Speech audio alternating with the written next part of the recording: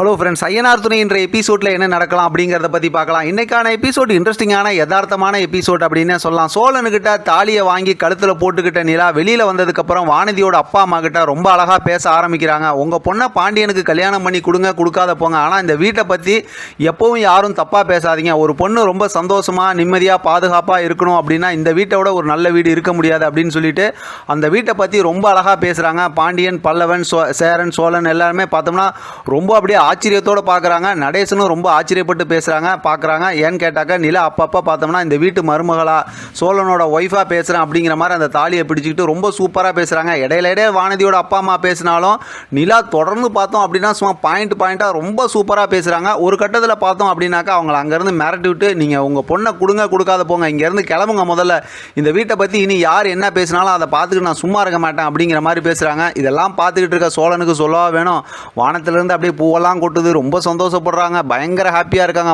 மாறி எல்லாத்துக்கும் அப்படியே முத்தம் கொடுக்குறாங்க, எல்லாம் பண்ணிட்டு இருக்காங்க. இப்போ நிலா கேஷுவலாக எல்லாத்தையும் சத்தமாக பேசிட்டு அதுக்கப்புறம் சேரன்ட்ட வழக்கம் போல் ஆனால் இனிமேல் இந்த வீட்டை பற்றி யாரும் தப்பாக பார்த்துட்டு சும்மா இருக்க மாட்டேனே அப்படின்னு சொல்லிட்டு வீட்டுக்குள்ளார போயிடுறாங்க. இப்போ சோழன் பார்த்தோம்னா சேரன், பல்லவன், பாண்டியன் 3 பேர்த்துக்கிட்டு அப்படியே ரொம்ப சந்தோஷமாக பேசிக்கிட்டு பாத்தியா கழுத்தில் தாலி போட்டிருக்காங்க அப்படி இப்படின்னு சொல்லிட்டு வீட்டுக்குள்ளார போகிறாங்க. நம்ம எதிர்பார்த்த மாதிரி சும்மாவாக இருப்பார் சோழன், ஏதாவது தானே பேசிகிட்டு இருப்பார். வீட்டுக்குள்ளார போனதுக்கப்புறமும் இந்த விஷயத்தை பேசிகிட்டு இருக்கும்போது நீங்கள் கழுத்தில் தாலியை போட்டுக்கிட்டு அதை இப்படி இழுத்து பிடிச்சிக்கிட்டு பேசுனது சூப்பராக இருந்துச்சிங்க அப்படின்னு சொன்னதுமே நிலா கொஞ்ச நேரம் யோசிக்கிறாங்க. உடனே பார்த்தோம்னா தாலியை கழட்டி உடனே சோழன் கையில் கொடுத்துட்றாங்க. சோழன் இதை போட்டு அப்படியே கதறாங்க, கழட்டாதீங்க போட்டுக்குங்க அப்படி இப்படின்னு. ஆனால் கையில் கொடுத்துட்டு அவங்க பேசாமல் ரூம்குள்ளார போயிடுறாங்க. ஆனாலும் சோழன் பார்த்தோம்னா சோழன் தான் எப்பயுமே எல்லாம் அப்படியே பாசிட்டிவாக தானே எடுத்துக்குவார். உடனே அந்த தாலியை கையில் வச்சுக்கிட்டு பரவாயில்ல இருந்தாலும் இப்போதைக்கு அப்படி சொன்னாலும் என்ன பேசுனாங்கன்னு கவனிச்சியா, இந்த வீட்டு மருமகளாக வந்து பேசுனாங்க, ஏதாவது பிரச்சனைனா அவங்க சும்மா இருக்க மாட்டாங்க அப்படி இப்படின்னு சொல்லிட்டு அப்படியே ஒரு மாதிரி சந்தோஷமாக பேசிட்டு அப்படியே ஹாப்பியாக போகிறாங்க. ஆனால் இதெல்லாம் பார்த்தோம்னா பாண்டியன், பல்லவன், சேரன் இவங்க 3 பேர் என்னாச்சு இவனுக்கு அப்படிங்கிற மாதிரி தான் பார்த்துட்டு இருக்காங்க. அடுத்து வானதி வீட்டில் காட்டுறாங்க. வானதியை பார்த்தோம்னா அவங்க அண்ணன் போட்டு அடிச்சுக்கிட்டு இருக்காரு. இங்கே பிரச்சனையை முடிச்சுட்டு வானதியோட அப்பா அம்மா வீட்டுக்கு போனால் அங்கே பெரிய பிரச்சனை நடக்குது. இப்போ வானதி ஒரு பக்கத்து நான் அப்படி தான் பாண்டியன்ட்டு பேசுவேன் அப்படின்னு அவங்களும், வானதியோட அண்ணன் நீ பேசினா உன்னை நான் அடிப்பேன் அப்படின்னு அவங்களும் பேசிக்கிட்டு இருக்காங்க. இப்போ அவங்க அப்பா அம்மா சமாதானப்படுத்திட்டு இந்த விஷயத்தை பேசிகிட்டு இருக்காங்க. இருந்தாலும் வானதி நிறைய அடி வாங்கி திட்டு வாங்கிட்டு இருக்காங்க.